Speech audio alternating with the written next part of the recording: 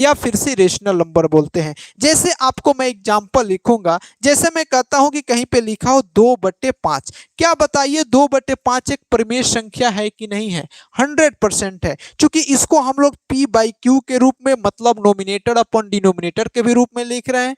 यह भी एक इंटीजर से, यह भी एक इंटीजर से, नीचे वाला 0 के बराबर है ये नहीं है, मतलब कि 100% यह रेशनल नंबर के रूप में लिखा होगा। इसी तरीके से मैं लिखता हूं -3/2, क्या यह एक परिमेय संख्या, क्या यह एक रेशनल नंबर लिखा है?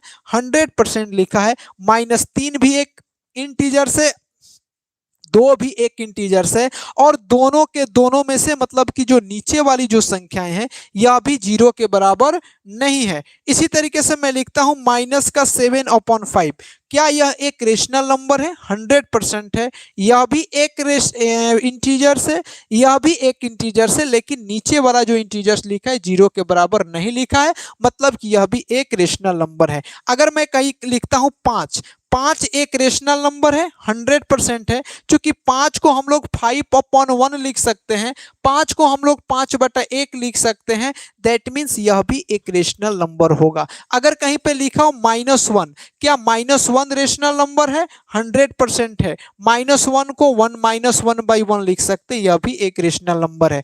अगर कहीं पे लिखा हो 0/5, क्या 0/5 एक रेशनल नंबर है? 100% है, क्योंकि 0 भी एक इंटीजर से, 5 भी एक इंटीजर से।